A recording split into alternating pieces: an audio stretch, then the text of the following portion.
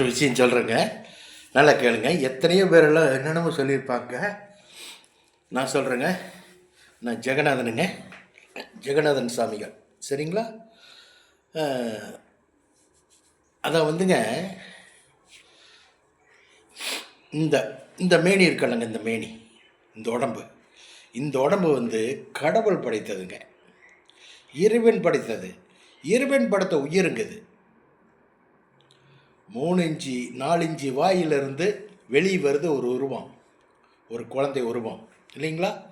அவ்வளோ பெரிய ஒரு சின்ன வாயிலேருந்து குழந்தை வெளியே வருதுன்னா யாருனால முடியுங்க? யாருனால முடியும்? இறைவனால் தான் முடியுங்க.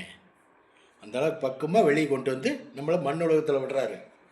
இந்த உடம்பில் நான் என்ன சொல்ல வரணுங்கன்னா, இந்த உடம்பில் எந்த பால்ட்டும் வராதுன்னு சொல்ல வர்றேன், எந்த சீக்கும் வராதுன்னு சொல்ல வர்றேன்,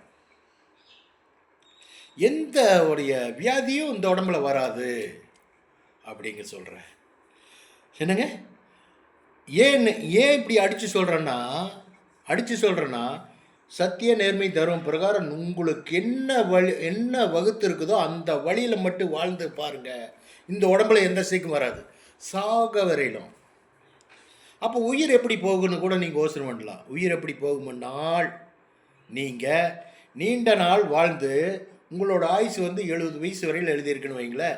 70 வயசுங்கும் போது அப்படியே ஸ்லோவாக டக் டக் டக் டக் டக்குன்னு கடியாரம் ஓடுற மாதிரி ஆர்ட்டினுடைய துடிப்பு நின்று உயிர் போயிடும்.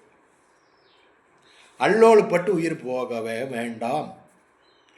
அப்படி உயிர் போகுதுன்னா, கஷ்டப்பட்டு உயிர் போகுது, எனக்கு அந்த வியாதி வந்துருச்சு இந்த வியாதி வந்துருச்சுன்னா, நீங்கள் பாவச்செயல் செஞ்சு சொத்துக்கள் சேர்த்திருக்கிறீங்க, பணங்கள் சேர்த்திருக்கிறீங்க, என்னங்க மாற்றான் மனைவி கிட்ட தப்பாக நடந்திருக்கிறீங்கன்னு அர்த்தம்.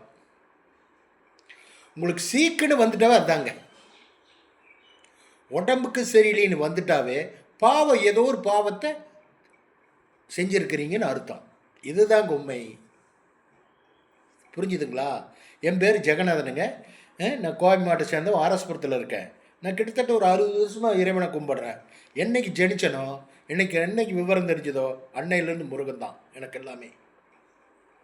எல்லாமே முருகன் தான். நான் சொன்ன பழிக்குங்க. இதுதான் உண்மை. உடம்புக்கு சரியில்லாமல் ஆகவே ஆகாது. அந்த காலத்தில் உடம்பு சரியில்லாமல் ஆச்சுன்னா மூலிகை, பச்சைத்தலை, என்னங்க மஞ்சத்தூள், இந்த மாதிரி வைத்தியம் பண்ண சரியாக போயிருங்க.